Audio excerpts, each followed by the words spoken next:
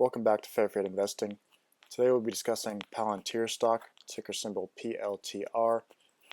First I'm going to start off with some of the fundamentals, and then we're going to move into the hypothetical valuation to assess a framework for the upside or downside the future may hold. Looking at their financial strength, first thing I'm noticing, cash debt ratio, or their exposure to risk involving debts, is 13.9.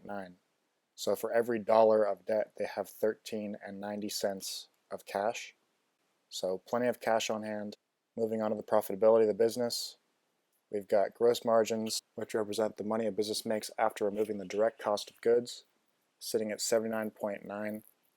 It is a software company, so you'd expect to see higher margins, but we do see here that versus the industry, they are well above the median of 41.9, sitting at 79, so they're ranked better than 87% of other companies in the industry.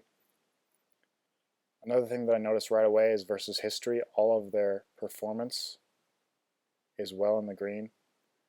It looks like for gross margins, these are the highest gross margins they've had in the last 10 years.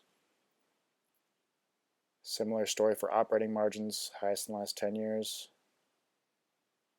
Net margins, highest last 10 years. Free cash flow, highest last 10 years. So all across the board here for business strength, they're achieving highest profit margins they've had in the last 10 years.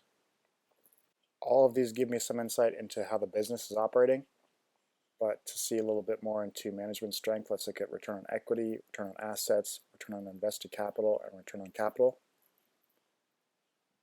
So for all of these, it looks like fairly low numbers except for the return on capital. Versus the industry, looks like they're doing about the average, although versus history are the best numbers they've had. Moving to the price to earnings ratio, we see that versus history their median is 293, minimum of 251, and the current is 268. So somewhere between the minimum and median. Still a high price to earnings ratio, showing lots of growth priced in at 268. We see that versus the industry, the median of the industry is 27, so they're on the very high end of price to earnings ratios for the industry. When we look down at the trailing 12-month revenue, we see they earned in revenue $2.125 billion versus their market cap of $35 billion. So trading for roughly 16 times their revenue. When we look at some of the financial charts, we see a pretty good sign here with revenue increasing and generating positive cash flows here in 2023. We see cash to debt ratio, cash significantly outpacing their debts reducing over time, as well as the cash pile increasing. When we look at their shares, we see they were selling shares significantly in 2020, and then still selling shares, but marginally less than they were. To gain further insight into the hypothetical valuation, we'll have to run a DCF. So in the DCF, we see that business predictability is very low, and there's not much data to base our assessment off of because this company hasn't been profitable very long and it's only been around since 2020. So 10-year earnings per share rate, non-existent, 5-year non-existent, but we do have a 3-year earnings per share annual growth rate of 39.4%. We don't have any information for the free cash flow, so we're going to have to use earnings per share.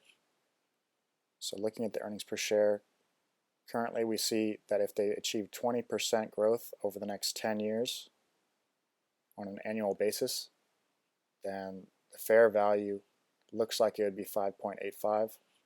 So if they were to continue that 3-year annual growth rate of 39% annually for the next 10 years, then it looks like fair value would be somewhere around 2078, whereas today we're currently at 16.25.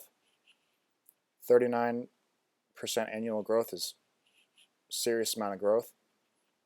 I think maybe even 30% would be difficult to achieve, although this is a relatively small company and there could be some demand for their products in the future.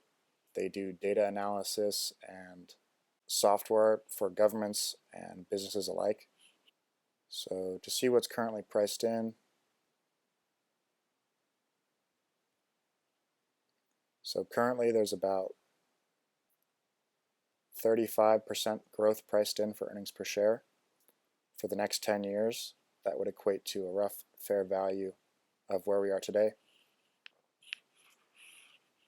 This is my hypothetical framework and assessment of PALANTIR stock, ticker symbol PLTR. Leave a comment below if you have questions or want a company reviewed. If you enjoyed the video, please leave a like, and see you next time.